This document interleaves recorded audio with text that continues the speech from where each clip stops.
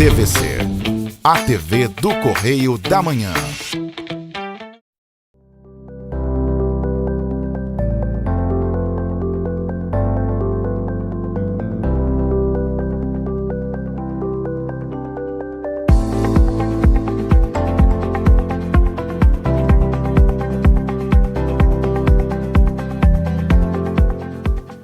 Olá pessoal, tudo bem? Eu sou a Sandra Brito e esse é mais um Cultura na TVC. E nós estamos de volta para trazer para você um pouquinho de arte, de música, de literatura, de passeios, de cultura, enfim. Nós estamos em Petrópolis no canal 16, em Nova Friburgo no canal 5, em Teresópolis no canal 21, em Três Rios e Paraíba do Sul no canal 3 e em Pati do Alferes no canal 16. É sempre muito bom poder chegar até a casa de cada um de vocês. E você sabe, perdeu alguma coisa na TV? Não se preocupe. Toda a nossa programação também está disponível no nosso site e nas principais redes sociais, o YouTube, o Facebook e o Instagram. Vale a pena conferir. E no programa de hoje, você vai ver. Vamos fazer um passeio pelo centro de Petrópolis e mostrar um pouquinho do Natal Imperial para você. Uma entrevista com a professora e escritora Isabela de Sá, que vai falar conosco a respeito do lançamento do seu livro, Prolixa. E no quadro Trilhas Literárias falaremos sobre Pablo Neruda, considerado um dos maiores poetas contemporâneos. O programa de hoje está imperdível, faremos um breve intervalo e voltamos a seguir, não saia daí!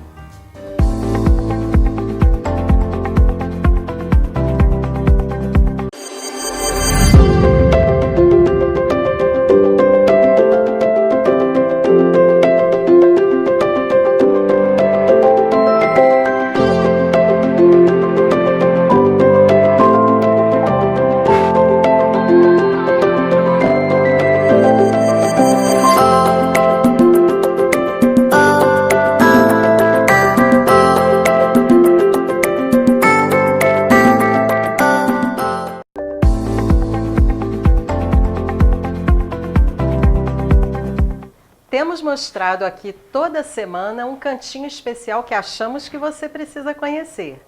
Às vezes atravessamos o oceano, buscamos lugares fantásticos e levamos para todos um pouquinho desse mundo lindo que todos merecem visitar, ainda que pela TV. Em outras ocasiões, a beleza está bem pertinho da gente. Basta abrir os olhos para contemplá-la. Assim é o nosso Natal Imperial, que traz para os moradores da cidade e seus visitantes não só uma decoração especial, mas uma programação linda, pensada para agradar a todos os públicos. Vamos fazer esse passeio com a gente? Bora lá!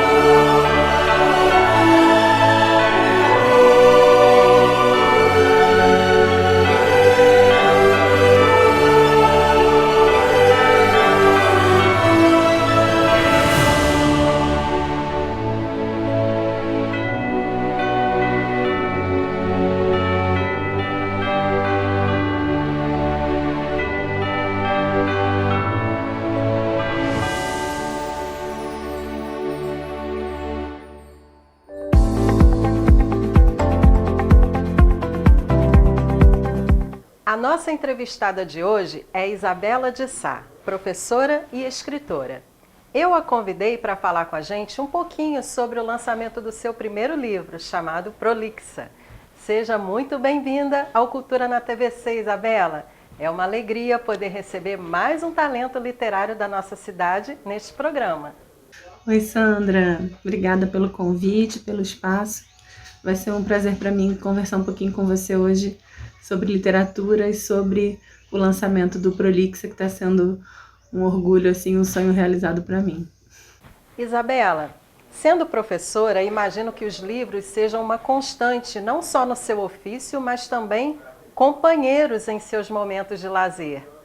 Quando exatamente teria surgido o seu interesse pelos livros e pela literatura? Bom, o interesse pela leitura, pelos livros, pela literatura, surgiram de forma bem natural, já que isso fazia parte do nosso dia a dia, né, em casa. Desde criança, nossos pais, nossos avós sempre tiveram esse hábito e isso acaba sendo um processo natural, né? Não houve uma imposição ou um estímulo assim necessariamente, além de conviver com esse hábito como sendo algo normal e prazeroso, né? E fazendo parte dos melhores momentos do dia, né? Então, e além disso, o melhor de tudo é que, assim, esse gosto, esse prazer pela literatura, esse interesse pelos livros, ele acabou se manifestando não só como forma de lazer, mas também como minha profissão, né? Acabou se concretizando como a minha profissão. Eu sempre manifestei esse interesse, esse gosto pela educação e pela literatura.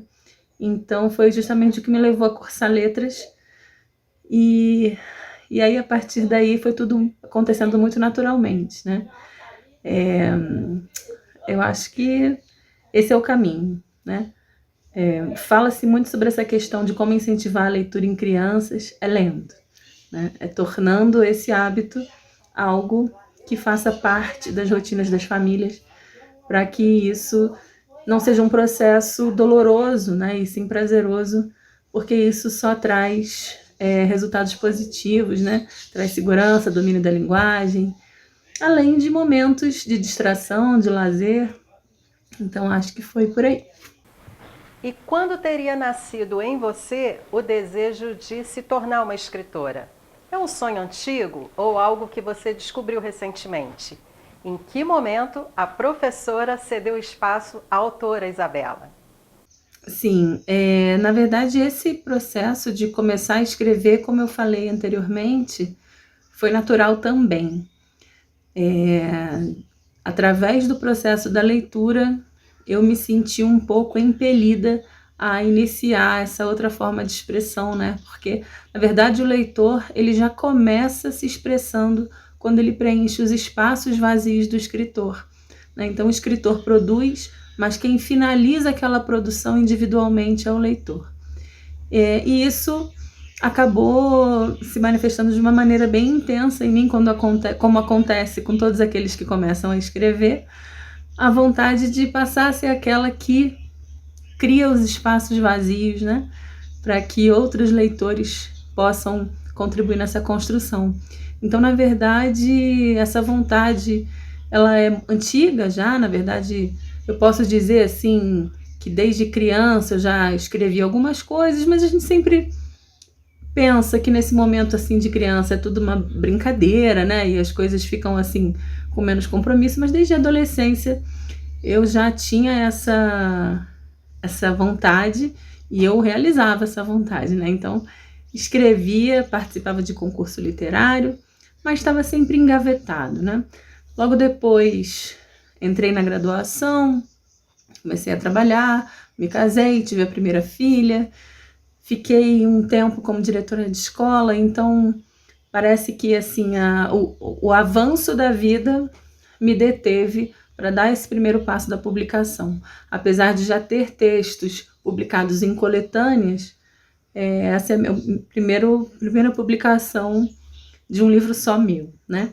E foi agora, nesse momento, em que depois que eu saí da direção, tive meu segundo filho, e aí respirei de novo, né? Consegui colocar outros projetos para caminharem. E aí agora, durante aí esse período, esse finalzinho da pandemia, foi quando eu decidi que era o momento, que chegou a hora de publicar. O seu primeiro livro chama-se Prolixa. Qual o significado do nome para essa obra especificamente? Trata-se de uma confissão ou de uma provocação? Eu gostei da sua pergunta, porque o título ele é uma provocação mesmo. Uma provocação, na verdade, que tende a levar e tem como objetivo levar o leitor ou o futuro leitor, o candidato à leitura do livro, a essa dúvida, né? Mas, na verdade, ele cumpre os dois propósitos, assim.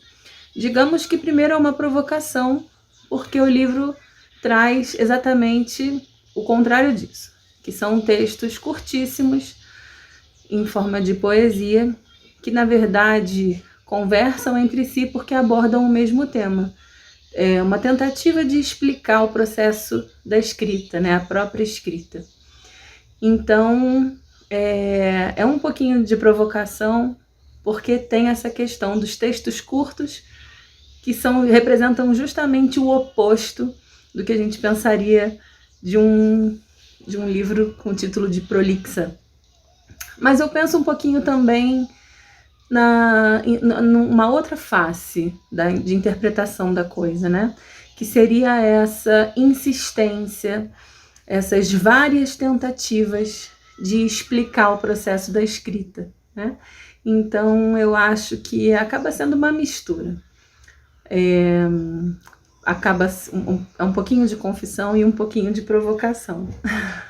E aí eu deixo, mais uma vez, um espaço vazio para que o leitor tire suas próprias conclusões e acabe de construir comigo o significado. Quando lermos seu livro, que temas encontraremos nele?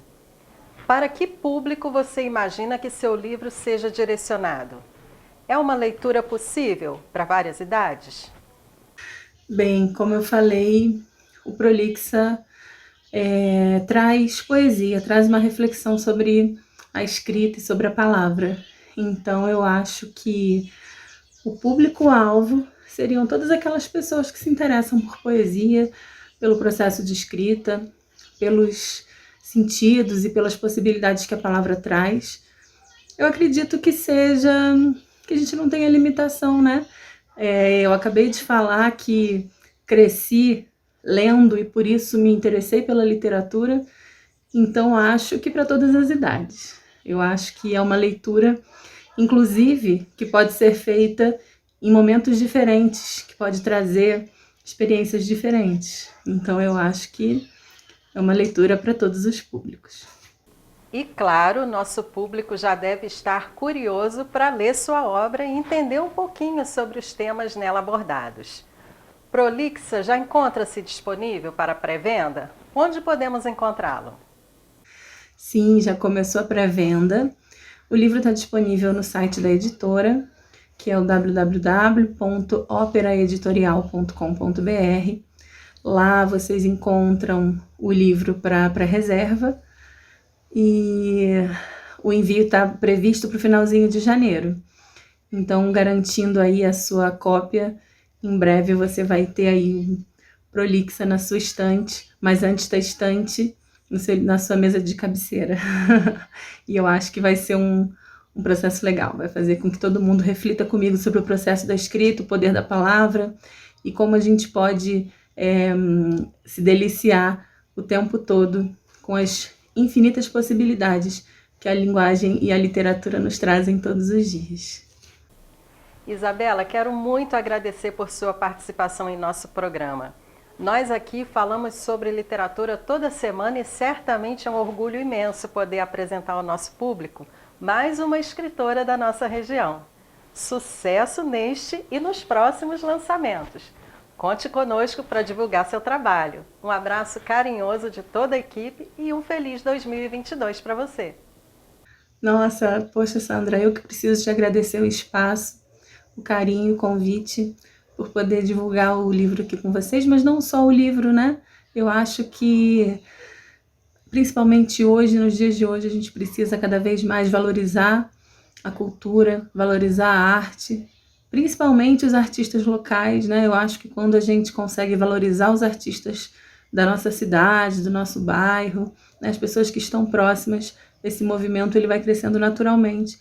E aí a gente tem um Brasil em que a arte, a cultura, a educação são valorizadas, que são esses os únicos caminhos viáveis para que a gente tenha um futuro melhor e mais justo, né, para todos. Então, obrigada, Feliz Natal. 2022 venha cheio de alegrias e realizações para todos nós.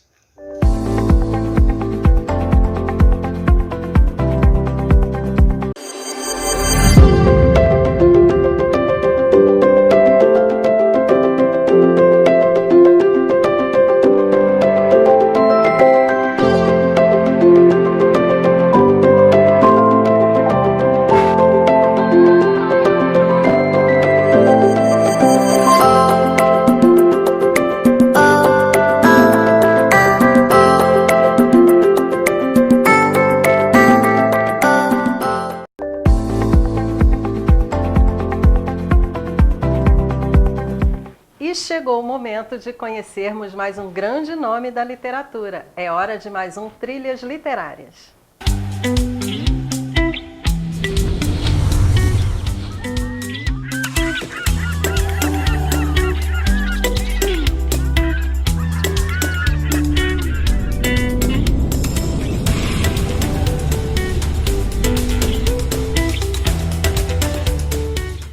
O nosso homenageado de hoje é considerado um dos maiores poetas chilenos e um dos mais importantes em língua espanhola. Vencedor do Prêmio Nobel de Literatura em 1971, foi considerado um dos maiores nomes da poesia contemporânea. Estamos falando de Pablo Neruda. Pablo Neruda nasceu na cidade de Parral, no Chile, no dia 12 de julho de 1904. Filho de um ferroviário e de uma professora, ficou órfão de mãe logo ao nascer. Passou a infância em Temuco, no sul do país. Com 7 anos, o menino ingressa no liceu e, ainda na época escolar, publica seus primeiros poemas no periódico Amanhã.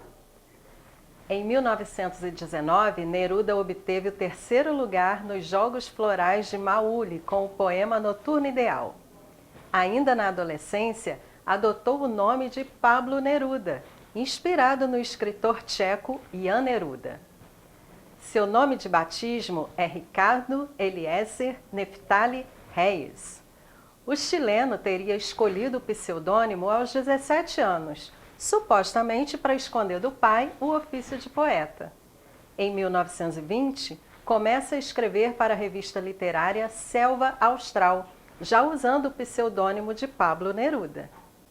Primeiras publicações. Em 1921, Neruda muda-se para Santiago, onde ingressa no curso de francês do Instituto Pedagógico da Universidade do Chile. Nesse mesmo ano, ganha o prêmio da Festa da Primavera, com o poema A Canção da Festa. Em 1923, reúne seus poemas em Crepusculário. Em 24, publica 20 poemas de amor e uma canção desesperada. A obra, repleta de lirismo, que faz de Neruda um dos mais famosos poetas chilenos. Carreira diplomática. Em 1927, Pablo Neruda inicia a carreira diplomática, após ser nomeado cônsul-geral do Chile na Birmânia, hoje Mianmar. Durante os 5 anos seguintes, representou seu país no Sri Lanka, Java e em Singapura. Em 1933, Pablo Neruda escreve uma de suas principais obras, Residência na Terra, em que emprega imagens e recursos próprios do surrealismo. O tom do livro é de profundo pessimismo em torno de temas como a ruína, a desintegração e a morte, exprimindo a visão de um mundo caótico. Depois de breve estada em Buenos Aires, onde conhece o poeta Federico Garcia Lorca, Neruda serviu como cônsul na Espanha, nas cidades de Barcelona e Madrid. A Guerra Civil Espanhola lhe inspirou a obra Espanha no Coração, de 1937, e determinou uma mudança na atitude do poeta, que aderiu ao marxismo e decidiu consagrar sua vida e obra em defesa dos ideais políticos e sociais inspirados no comunismo. Senador. Em 1938, Neruda retorna ao Chile. Depois de breve período como embaixador no México, em 1945, foi eleito senador pelo Partido Comunista. Em 1948, no entanto, o governo decretaria a ilegalidade do partido. Mas em 1945, após ser eleito senador, Neruda veio ao Brasil para ler suas poesias para mais de 100 mil pessoas no estádio do Pacaembu, em homenagem ao líder comunista Luiz Carlos Prestes. O exílio. Com a morte do presidente Rios Morales em 1946, Gonçalves Videla ocupou o cargo e instaurou censura na imprensa, além de estabelecer uma forte repressão aos sindicatos. Neruda publicou em um jornal uma carta denunciando as traições e os crimes de Videla, como o tratamento dado aos trabalhadores nas minas. Pouco tempo depois, ele proferiu seu famoso discurso Eu Acuso, no qual ataca o presidente e sua política. O governo cassou o mandato de Neruda e ordenou sua prisão, e ele então passou a viver na clandestinidade. Nessa época, escreveu aquela que seria sua obra-prima, O Canto Geral, de 1950, uma espécie de resposta poética às injustiças históricas da América Latina. Na obra, ele transformou seus versos em arma de combate, uma leitura imperdível. Regresso ao Chile. Em 1952, quando o governo chileno restabeleceu as liberdades políticas, Neruda regressa ao país e fixa residência em Isla Negra, no Pacífico. A casa hoje abriga um museu em homenagem ao escritor. Foi nessa época que sua obra adquiriu grande diversidade, com as obras de Odas Elementares, de 1954, onde o escritor canta a beleza da vida cotidiana. Também dessa fase, ele escreve Os 100 Sonetos de Amor, em 59, uma obra importantíssima da poesia chilena, e Memorial de Ilha Negra, de 64, onde evoca o amor e a nostalgia do passado. Em A Espada Incendiada, de 1970, o autor reafirma seu compromisso com a ideologia político-social. Em 1971, Pablo Neruda foi nomeado embaixador do Chile em Paris. Em 72, já doente, Neruda retorna para Santiago. Em 73, um golpe militar derruba o presidente Salvador Allende, de quem era apoiador. O escritor morreu 12 dias após o general Augusto Pinochet tomar o poder no Chile, instaurando uma das ditaduras mais sangrentas da América Latina, que duraria 17 anos. Neruda morreu em Santiago no dia 23 de setembro de 1973, aos 69 anos, vítima de um suposto câncer na próstata. Até hoje, suspeita-se de que sua morte teria sido encomendada. O fotógrafo baiano Evandro Teixeira, dizendo que era amigo do escritor Jorge Amado, conseguiu driblar um batalhão de policiais e fez os principais registros do funeral de Neruda. Essas fotos fazem parte da investigação que busca esclarecer a morte do poeta. Prêmios e honrarias. Ao longo de sua carreira, Neruda recebeu inúmeras premiações, como o Prêmio Lenin da Paz em 1953, o título de doutor honoris causa da Universidade de Oxford em 1965 e o mais importante, o Prêmio Nobel de Literatura em 1971. E claro, vamos ler juntos um poema de Neruda, que dedicamos a todos que perderam alguém que não se pode substituir. Saudade. Saudade é solidão acompanhada. É quando o amor ainda não foi embora, mas o amado já. Saudade é amar um passado que ainda não passou. é recusar um presente que nos machuca, é não ver o futuro que nos convida. Saudade é sentir que existe o que não existe mais. Saudade é o inferno dos que perderam, é a dor dos que ficaram para trás, é o gosto de morte na boca dos que continuam. Só uma pessoa no mundo deseja sentir saudade, aquele que nunca amou. E esse é o maior dos sofrimentos, não ter por quem sentir saudades, passar pela vida e não viver. O maior dos sofrimentos é nunca ter sofrido. Pablo Neruda. Espero que você tenha gostado de nossa homenagem a esse grande mestre da literatura universal chamado Pablo Neruda. Fica a nossa sugestão de leitura, tenho certeza de que você vai se surpreender com todas as suas obras. E você, quem gostaria de ver aqui no próximo programa? Aguardo sua sugestão. Até semana que vem!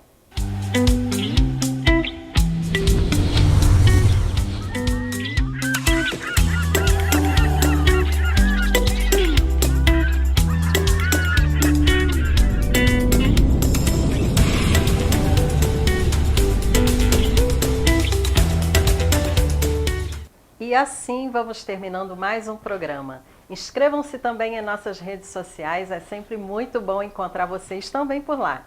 Muito obrigada a todos pelo carinho, pelas mensagens e pela audiência. Desejo um excelente fim de semana a todos vocês. Que vocês tenham um feliz e abençoado Natal. E não nos esqueçamos do real significado dessa noite, o nascimento do menino Jesus. O presente maior nós já recebemos. Estamos vivos em um ano de tantas perdas. Sejamos gratos por esse inestimável presente. Semana que vem estaremos de volta para mais um Cultura na TVC com Sandra Brito. Até lá. Tchau, tchau.